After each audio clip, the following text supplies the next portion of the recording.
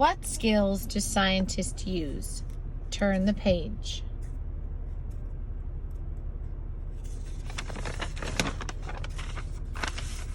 Everyday science skills. Do you ask questions about the world around you? If so, you use these science skills all day, every day, just like a scientist. As you read the next 4 pages, circle the names of 9 science skills. As you read about scientists, think, hey, I can do this too. Observe. Scientists may observe many things, such as changes in color, temperature, and bubbling. Infer. Scientists infer how things work by thinking about their observations.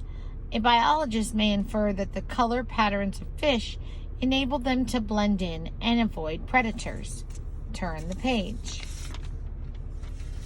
Scientists use inquiry skills every day, and so do you.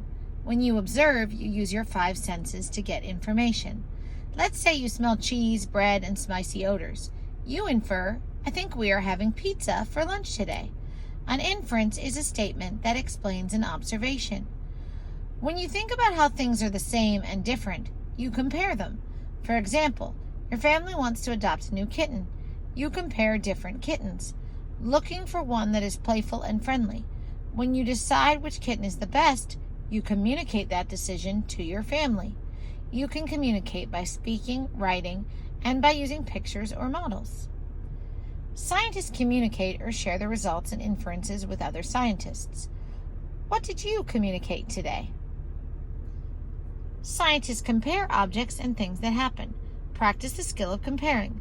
List why these 2 fish are similar and different. Turn the page. Think like a scientist. Scientists use these skills every day in their investigations. Find out what they are and when you might use them. Some science skills are part of doing science investigations, including experiments. They may sound unfamiliar to you, but when you read about these skills, you might realize that you already use them. Predict. Scientists use their observations and existing research to make predictions about what will happen in the future. For example, a meteorologist uses weather patterns to determine whether it will rain over the weekend. Use variables. When scientists plan experiments, they think, what is the one thing I will change? That one thing is a variable. Let's say you want to find out how cold a freezer has to be to make fruit pops. The variable that you will change is the temperature inside the freezer. Turn the page. Plan and conduct investigations. Scientists plan and conduct investigations that will answer science questions. Say you want to know how salty water must be to make an egg float. First, you think about the steps you'll take to find the answer. Next, you'll gather the materials you'll use. Then you test the amount of salt. Hypothesize. Scientists hypothesize when they think of a testable statement that tries to explain an observation. Suppose you notice that water seems to evaporate at different rates from containers with different shapes. What would you hypothesize is a cause? Draw conclusions. Scientists draw conclusions when they use evidence to evaluate a hypothesis. If you investigate how the size of a sail affects how quickly a toy boat moves, you might conclude that boats with larger sails move faster because larger sails collect more wind. Turn the page.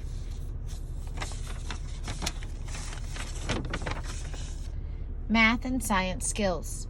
Using rulers and balances, putting things in order, measuring the speed of a car, making tables and graphs. Sounds like math, but it's science too. Every scientist uses math. Let's say you're a marine biologist who studies whales. You classify whales by how much they weigh or how long they are from head to tail. You put them in order when you arrange them by length from smallest to largest. You use numbers to tell how many are alive today. You use time and space relationships to investigate when and where they migrate each year. You measure how long they are and how much food they eat. You record and display the results of your investigation in writing and in tables, graphs, and maps. Classify and order.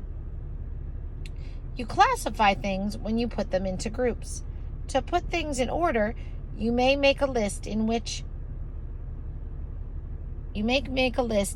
position matters, such as ordering bird species by how fast they fly or move. Measure. In science and math, you measure by using tools to find length, width, height, mass, weight, volume, and elapsed time. Use numbers. You use numbers when you observe by counting or measuring. You also use numbers to compare and order, and you use numbers to describe speed and force. Turn the page. Use time and relationships. You use timing devices, including clocks and stopwatches, to collect, record, and analyze information about time.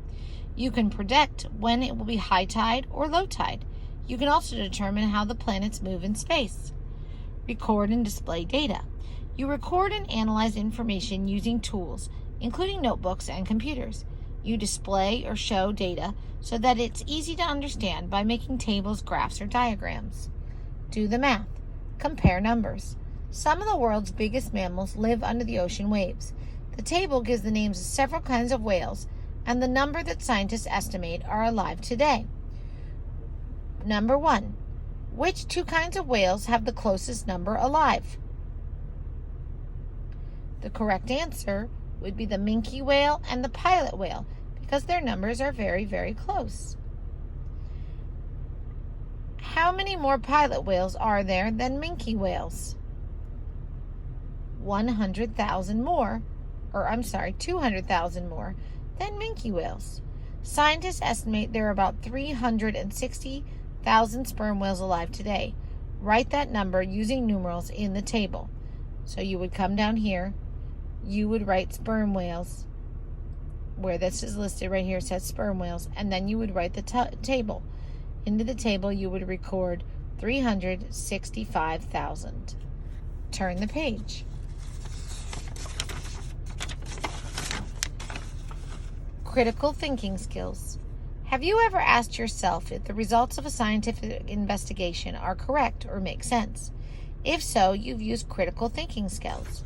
Scientists in all fields use critical thinking skills to propose and examine scientific explanations and evidence related to those explanations. For example, scientists determine if an explanation is reasonable or is supported by valid data. Data collected through direct observation is called empirical evidence.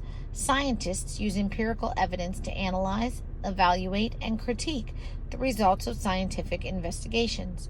To analyze is to think about all the pieces and parts that contribute to something. To evaluate is to examine something and decide if it has worth or value. To critique is to carefully judge something based on your knowledge, findings, and belief. Logical reasoning. When you use critical thinking, you also use logic. Logic requires you to use reason and order to figure out if something makes sense. When you use logical reasoning, you do not include your emotions or opinions. Scientists in all fields use logical reasoning to draw conclusions based on evidence. Use empirical evidence. Careful observations and measurements are empirical evidence. Observations that include opinions are not. For example, recording the temperature of a mixture is empirical evidence. However, saying the mixture feels warm is an opinion. When you analyze, evaluate, and critique an explanation, you see if it's based on empirical evidence. Experimental testing. Next page. Scientists perform an experiment to test a hypothesis. These experiments can be conducted in a laboratory or outdoors. Some scientific explanations are based on evidence from experiments. For example, suppose a scientist wants to find out how quickly Arctic ice freezes and thaws. He would design an experiment to test a specific hypothesis related to this question. He would then analyze the data he collected in order to help answer his question. Observational testing. It is not always possible to answer a question by conducting an experiment. For example, astronomers study objects in space, such as planets and stars. Since these objects are very, very far away, the only way to study them is to observe their patterns. Scientists use observational testing to compare their patterns and draw conclusions. Alternative explanations. When you analyze, evaluate, and critique a scientific investigation, an important question to ask is, might there be another possible explanation for this data? This would be an alternative explanation. For example, you might conclude from an investigation that bees that pollinate red flowers produce more honey than bees that pollinate yellow flowers. Other factors may also account for the difference in honey production.